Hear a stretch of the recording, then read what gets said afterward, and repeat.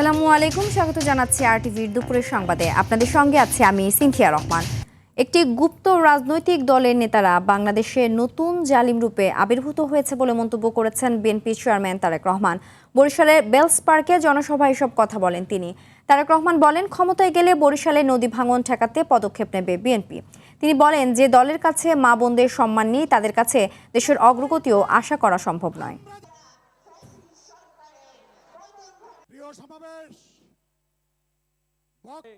আন্দোলনে যে শহীদ হয়েছে সেই পরিবারের সদস্যবৃন্দ, আন্দোলনের মুখে সেই আমিরাও নবীর স্ত্রী নিজে যেখানে একজন কর্মজীবী, এই নারীদেরকে পেছনে রেখে, এই নারীদেরকে ঘরে বন্দি করে রেখে কোনোভাবেই আমরা বাংলাদেশকে সামনে যেতে পারবো এটি আমরা কখনোই মনে করি না। এবং সেই জন্যই দেশনেত্রী খালেদা জিয়া যখন দেশ পরিচালনার দায়িত্বে ছিলেন, উনি বাংলাদেশের নারীদের শিক্ষা ব্যবস্থাকে সম্পূর্ণ বিনামূল্যে করে দিয়েছিলেন ইন্টারমিডিয়েট পর্যন্ত। প্রিয় ভাই বোনেরা, আজ সময় এসেছে আমাদেরকে দেশ গড়ার, এবং দেশ যদি গড়তে হয় প্রত্যেকটি নারী পুরুষকে কাঁধে কাঁধ মিলিয়ে কাজ করতে হবে আজকে। তা না হলে এই দেশকে আমরা আমাদের প্রত্যাশিত বাংলাদেশ হিসেবে গড়ে তুলতে পারবো না। প্রিয় ভাই বোনেরা, গত কয়েকদিন ধরে বিভিন্ন পত্র পত্রিকায় নিউজে আমরা কিছু খবর দেখতে পাচ্ছি। ওই যে যারা নতুন জালেম হিসেবে আবির্ভূত হয়েছে, ওই যে যাদেরকে বাংলাদেশের মানুষ গুপ্ত হিসাবে চিনে, আমরা দেখেছি কিভাবে তাদের লোকজন বিভিন্ন জায়গায় ভুয়া সিল ছাপাচ্ছে। কিভাবে আমরা বিভিন্নভাবে শুনতে পাচ্ছি যে তাদের পরিচিত যেগুলা প্রেস আছে সেখানে বলে তারা ব্যালট পেপার ছাপাচ্ছে, যেটি তারা পকেটে করে নিয়ে যাবে। এদের এই ষড়যন্ত্র সম্পর্কে আপনাদেরকে সজাগ থাকতে হবে। আজ এই মাঠে লক্ষ মানুষ যারা আছেন, আপনারা স্ব এলাকায় ফিরে গিয়ে আপনার এলাকার যে সকল ভাই বোন আছে, যারা ভোটার আছে, তাদেরও সকলকে সজাগ সতর্ক দৃষ্টি রাখতে বলবেন। ইসলামকে ব্যবহার করে জামায়াত মানুষকে বিভ্রান্ত করছে বলে মন্তব্য করেছেন বিএনপির মহাসচিব মির্জা ফখরুল ইসলাম আলমগীর। সকালে ঠাকুরগাঁওয়ের নারগুন ইউনিয়নে কিসমত দৌলতপুর দাখিল মাদ্রাসা মাঠে নির্বাচনী প্রচারে তিনি এসব কথা বলেন। এ সময় তিনি আরও বলেন, জামায়াত কোনো ইসলামী দল নয়। এছাড়া 15 বছর মানুষ ভোট দিতে পারেনি উল্লেখ করে এবার ভালো ভোট হবে বলে আশা প্রকাশ করেন দলটির মহাসচিব।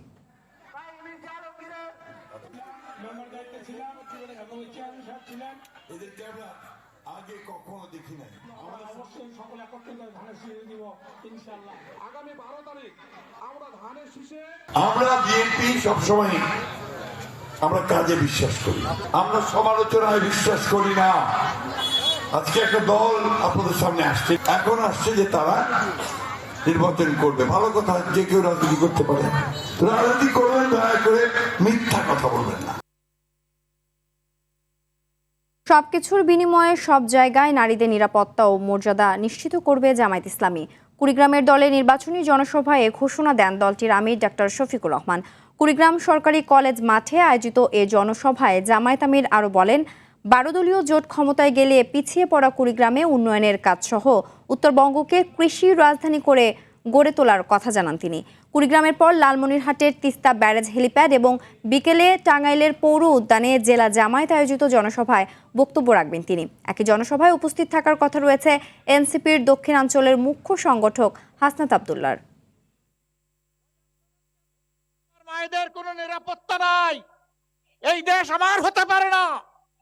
আমার ওই দেশ, যে দেশে আমার মায়ের নিরাপত্তা থাকবে, আমার বোনের নিরাপত্তা থাকবে, আমার মেয়ের নিরাপত্তা থাকবে, তার গৃহে চলাচলে এবং কর্মস্থলের তার অধিকার সুপ্রতিষ্ঠিত হবে।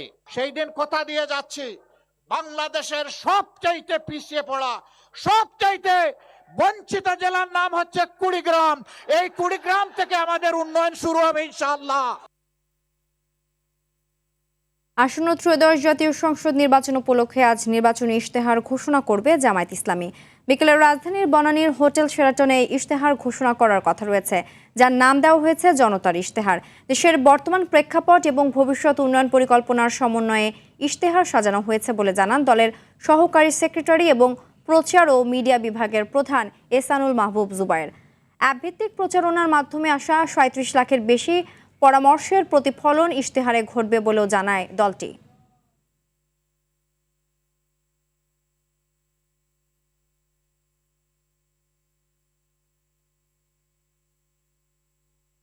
শেষ মুহূর্তে নির্বাচনী প্রচারণায় জমে উঠেছে রাজধানীর আসনগুলো।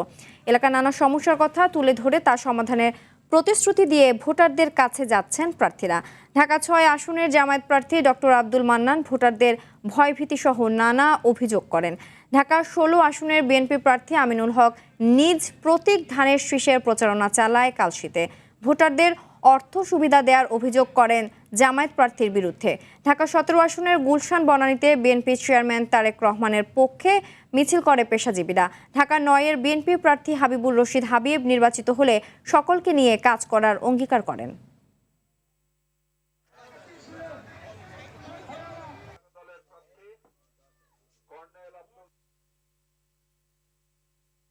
আমরা আমাদের পক্ষ থেকে সর্বাত্মক ধৈর্য ধারণের চেষ্টা করব এবং আমরা শেষ পর্যন্ত আশা করব যে এটা সুন্দর পরিবেশে ভোট হবে। আল্লাহর রহমতে 12ই ফেব্রুয়ারি একটি অবাধ সুষ্ঠু নিরপেক্ষ নির্বাচনের মাধ্যমে আমরা দীর্ঘদিন পরে একটি জনগণের রায় একটি নির্বাচিত সরকার প্রতিষ্ঠিত হবে ইনশাল্লাহ। আমরা জয়ের ব্যাপারে আলহামদুলিল্লাহ 90% আশাবাদী, কারণ মানুষের অন্তরের ভিতরে একটা জোয়ার তৈরি হয়েছে।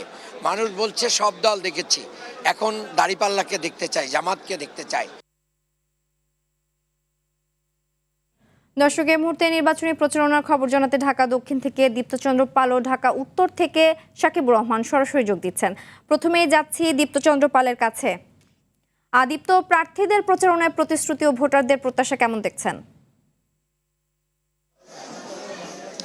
সুজনা, যেমনটি বলছিলেন, একবারেই কিন্তু শেষ মুহূর্তের প্রচারণা চলছে এবং আজকে যেহেতু সরকারি ছুটির দিন এবং পবিত্র শবে বরাতের যে ছুটিটি রয়েছে, সেজন্য কিন্তু সকালের দিনের শুরুর ভাগে প্রচারণা কম থাকলেও দিনের মধ্যভাগ থেকে কিন্তু প্রচারণায় সরগরম রাজধানীর অলিগলি পাড়া মহল্লা। আমরা রাজধানীর বিভিন্ন ওয়ার্ডে, দক্ষিণের যে বিভিন্ন সিটি ওয়ার্ডে ঘুরে দেখেছি, সেখানে কিন্তু প্রার্থীরা তাদের প্রচার চালাচ্ছে এবং জনগণকে তাদের যে উন্নয়নের ফিরিস্তি, আসলে তারা নির্বাচিত হলে কি কি জনগণের সমস্যার সমাধান করবে সেই কিন্তু ফিরিস্তি দিচ্ছে। এখন আমরা রয়েছি ঢাকা ৯ আসনে।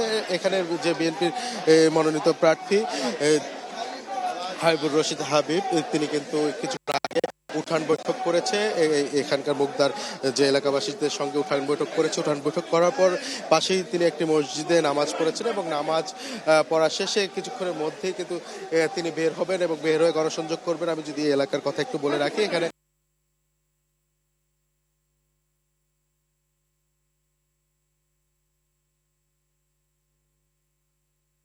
জনগণের কোন সমস্যাটার সমাধান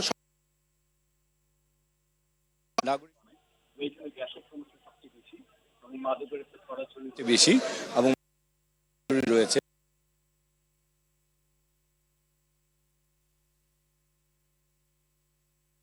অধিকারটুকু আমরা বাস্তবায়ন করতে চাই সবার আগে।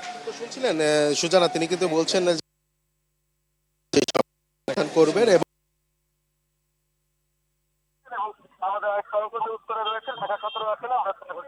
রয়েছেন ঢাকা ১৭ আসনে। আমরা এখন সরাসরি চলে যাব সেখানে সাকিবের কাছে। সাকিব,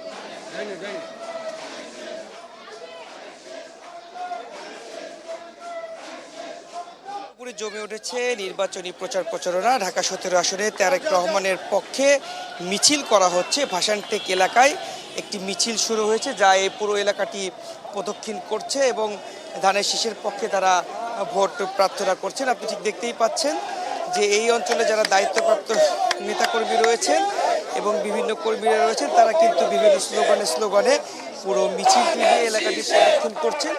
এই যে একটি ভাসানটেক বাজার রয়েছে, এই বাজারে মূলত এই সংক্ষিপ্ত মিছিলটি শেষ হবে এবং এখানে তারা নেতাকর্মীরা তাদের পক্ষে ভোট আহ্বান করছেন এবং আমরা দেখেছি যে তারেক রহমানের পক্ষে তারা ভোট প্রার্থনা করছেন এলাকাবাসীর কাছে। এর পাশাপাশি এই আসনের জামাতের যিনি প্রার্থী রয়েছেন, তিনি গতকালকে যে একটি ঘটনা ঘটেছে সেনানিবাসে প্রবেশকে কেন্দ্র করে তার কিন্তু তুমুল সমালোচনাও করা হয়েছে। সব মিলিয়ে বলা চলে যে প্রতিটি আসনেই কিন্তু জমে উঠেছে নির্বাচনী প্রচারণা। নেতাকর্মীরা তাদের পক্ষে, ধানের শীষের পক্ষে তারা ভোট প্রার্থনা করছে। তো এই ছিল আমার কাছে এখন পর্যন্ত সর্বশেষ। ধন্যবাদ সাকিব ও দীপ্ত দুজনকেই। শেরপুর ৩ আসনে জামায়াত প্রার্থী নুরুজ্জামান বাদলের মৃত্যুতে আসনটিতে নির্বাচন স্থগিত করেছে নির্বাচন কমিশন। বুধবার ইসির পক্ষ থেকে আনুষ্ঠানিকভাবে তথ্য জানানো হয়েছে। এর আগে গতকাল দিনগত রাত ২টায় তিনি মৃত্যুবরণ করেন। তার মৃত্যুর বিষয়টি নিশ্চিত করেন শেরপুর জেলা জামায়াত ইসলামীর আমির মাওলানা হাফিজুর রহমান। বেশ কিছুদিন ধরে কিডনিজনিত রোগে ভুগছিলেন তিনি। নুরুজ্জামান বাদলের প্রথম নামাজের জানাজা দুপুর 2:20 শেরপুর শহরের পৌর ঈদগাহ মাঠ ও দ্বিতীয় নামাজের জানাজা বিকেল 5টায় শ্রীবর্দী সরকারি কলেজ মাঠে অনুষ্ঠিত হবে।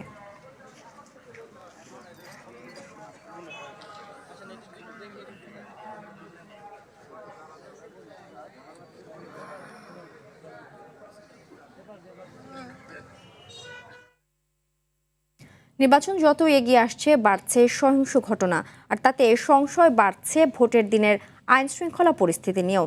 এরই মধ্যে রাজধানীতে 2131টি ভোট কেন্দ্রের মধ্যে 1614টি ভোট কেন্দ্রকে ঝুঁকিপূর্ণ হিসাবে চিহ্নিত করেছে পুলিশ।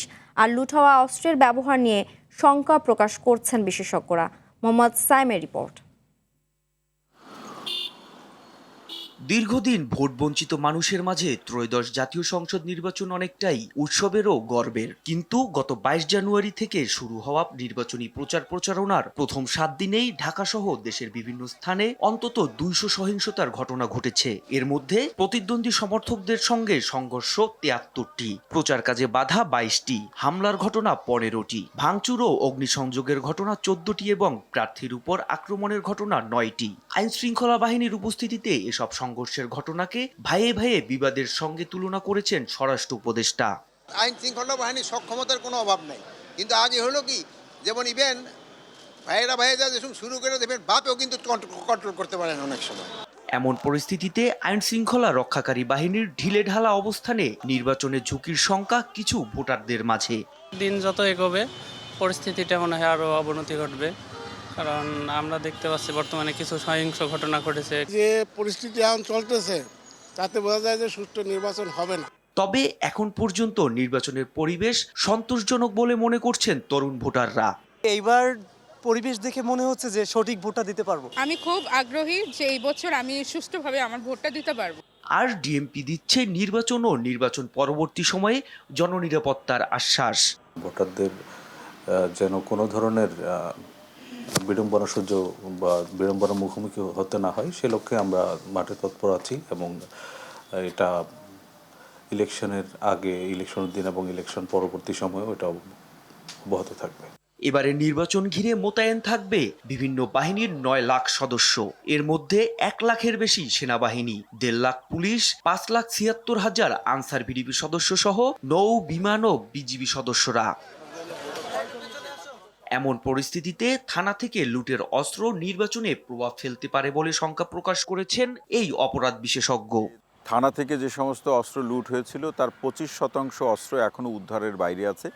পাশাপাশি গোলা বারুদ যেগুলো লুট হয়েছিল তার একটা বড় অংশই উদ্ধার করা সম্ভব হয়নি। সীমান্ত হয়ে অবৈধ অস্ত্রের অনেক প্রবেশ ঘটেছে। 3 ধাপের অস্ত্রের যে প্রভাব বা ঝনঝনানি, নির্বাচনে সংঘাত সহিংসতার ক্ষেত্রে এই অস্ত্রগুলোই ব্যবহৃত হচ্ছে।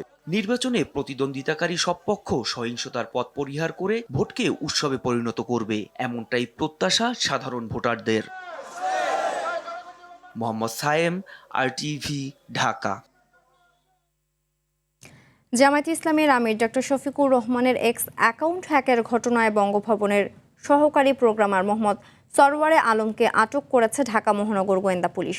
রাতে রাজারবাগ পুলিশ লাইন অডিটোরিয়ামের পূর্ব পাশে সরকারি কোয়ার্টারে অভিযান চালিয়ে সরওয়ারে আলমকে আটক করা হয়। গত শনিবার রাতে জামায়াত আমিরের এক্স হ্যান্ডেলের একটি পোস্টের স্ক্রিনশট সামাজিক যোগাযোগ মাধ্যমে ভাইরাল হয়। সেখানে কর্মজীবী নারীদের নিয়ে আপত্তিকর মন্তব্য দেখা যায়। পরে এক্স অ্যাকাউন্ট থেকে পোস্টটি সরিয়ে নেওয়ার পাশাপাশি হ্যাকের বিষয়ে আইনি পদক্ষেপ নেয় দলটি।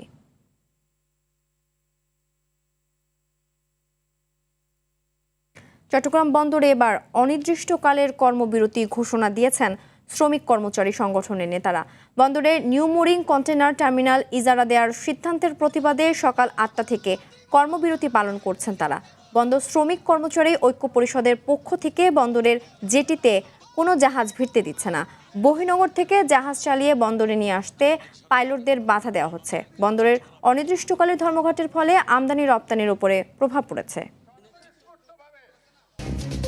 দুপুরের সংবাদ এ পর্যন্তই। জেলা সংবাদ বিকেল 4:45টায় দেখার আমন্ত্রণ রইল। ধন্যবাদ সবাইকে।